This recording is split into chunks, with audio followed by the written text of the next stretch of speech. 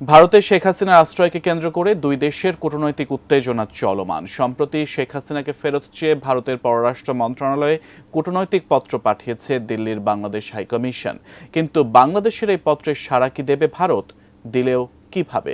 এ নিয়ে প্রতিবেদন প্রকাশ করেছে কাতার ভিত্তিক সংবাদ মাধ্যম আল জাজিরা। প্রতিবেদনে উঠে এসেছে ভারত বাংলাদেশের ঐতিহাসিক সম্পর্ক এবং বর্তমান পরিস্থিতির জটিলতা।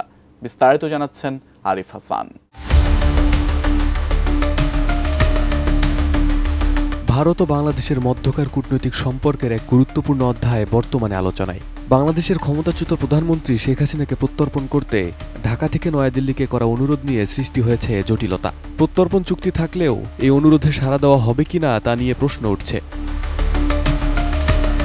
সম্প্রতি গণহত্যা সহ মানবতা বিরোধী অপরাধের অভিযোগে শেখ হাসিনার বিরুদ্ধে বাংলাদেশে বিচার শুরু করার উদ্দেশ্যে তাকে ফেরত চেয়ে ভারতের পররাষ্ট্র মন্ত্রণালয়ে কূটনৈতিক পত্র পাঠিয়েছে দিল্লির বাংলাদেশ হাইকমিশন। কিন্তু ভারতীয় বিশ্লেষকরা মনে করছেন বিষয়টি রাজনৈতিক এবং কৌশলগতভাবে বেশ জটিল। আন্তর্জাতিক বিশ্লেষণমূলক অনুষ্ঠান আল জাজিরা ইনসাইড স্টোরিতে অধ্যাপক শ্রীরাধা দত্ত জানান, ভারত প্রত্যর্পণ নিয়ে রাজনৈতিক ও ন্যায় বিচারের প্রশ্নগুলো বিবেচনা করবে। তিনি আরও উল্লেখ করেন, কেবল একটি কূটনৈতিক পত্র দেওয়া হয়েছে, গ্রেপ্তারি পরোয়ানা নয়, যা ভারতের সিদ্ধান্তে প্রভাব ফেলতে পারে। Former Prime Minister Sheikh Hasina raises that it would not be a fairly well, the process of laws will not be followed.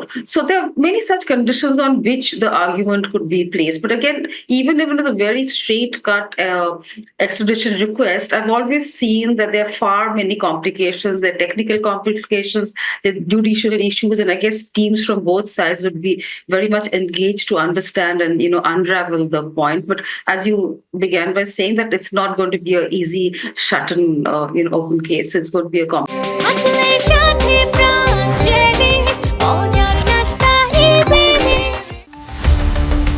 যুক্তরাজ্যের সাসেক্স বিশ্ববিদ্যালয়ের রিসার্চ ফেলো সোহেলা নাজনীন বলেন, 2013 সালের বাংলাদেশ ভারত প্রত্যর্পণ চুক্তিতে অনুরোধ প্রত্যাখ্যানের সুযোগ রাখা হয়েছে। বিশেষত যদি ফেরত পাঠানো ব্যক্তির ন্যায় বিচার পাওয়ার নিশ্চয়তা না থাকে, তবে এই ধরনের অনুরোধ প্রত্যাখ্যান করার অধিকার রয়েছে ভারতের।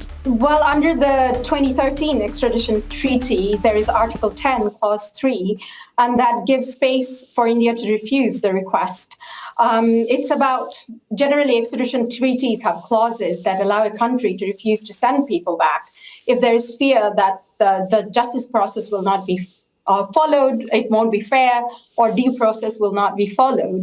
So I guess it's for the International Crimes Tribunal that was set up in 2010 in Bangladesh. The key issue here is to ensure that standards are met in terms of international norms that are set and the rules about evidence that's presented and processes that will be followed. But in terms of predicting what India will do, that's hard to tell. It's only Indian government that can tell us what it will do.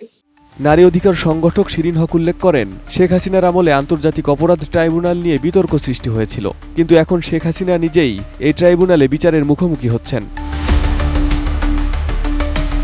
New York ভিত্তিক মানবাধিকার সংস্থা human rights watch বলেছে, বাংলাদেশে মৃত্যুদণ্ড বিলুপ্ত না হওয়া পর্যন্ত শেখ হাসিনা ও তার মন্ত্রিসভার সদস্যদের আশ্রয় দেওয়া উচিত। সংস্থাটি মনে করে, যে কোনো বিচারের ক্ষেত্রে মৃত্যুদণ্ডহীন ন্যায় বিচার প্রক্রিয়া অপরিহার্য। শিরিন হকও মৃত্যুদণ্ডের বিরুদ্ধে কথা বলেছেন, যদিও তিনি মনে করেন শেখ হাসিনাকে বিচারের মুখোমুখি করা উচিত। ভারত অতীতে বাংলাদেশের অনুরোধে অভিযুক্তদের ফেরত পাঠিয়েছে। 2020 সালে শেখ মুজিবুর রহমান হত্যাকাণ্ডে দোষী সাব্যস্ত আব্দুল মাজেদকে ফেরত পাঠানো হয়েছিল। ফলে এই ঐতিহাসিক প্রেক্ষাপট বর্তমান অনুরোধে প্রভাব ফেলতে পারে বলে মনে করছেন বিশ্লেষকরা। বাংলাদেশের এই অনুরোধ ভারতের প্রধানমন্ত্রী নরেন্দ্র মোদীকে একটি জটিল পরিস্থিতিতে ফেলেছে। বাংলাদেশের রাজনৈতিক পরিবেশ, ন্যায় বিচারের নিশ্চয়তা এবং দুই দেশের কূটনৈতিক সম্পর্কের ভারসাম্য বজায় রাখার মতো বিষয়গুলোকে কেন্দ্র করে নয়াদিল্লির সিদ্ধান্ত হবে। শেখ হাসিনার প্রত্যর্পণ ভারতের জন্য শুধু আইনগত নয়, বরং রাজনৈতিক এবং নৈতিক দৃষ্টিকোণ থেকেও একটি গুরুত্বপূর্ণ সিদ্ধান্ত। সময়ই বলে দেবে ভারত ঢাকার অনুরোধে কিভাবে সাড়া দেয়। Arif Hasan, ATN news.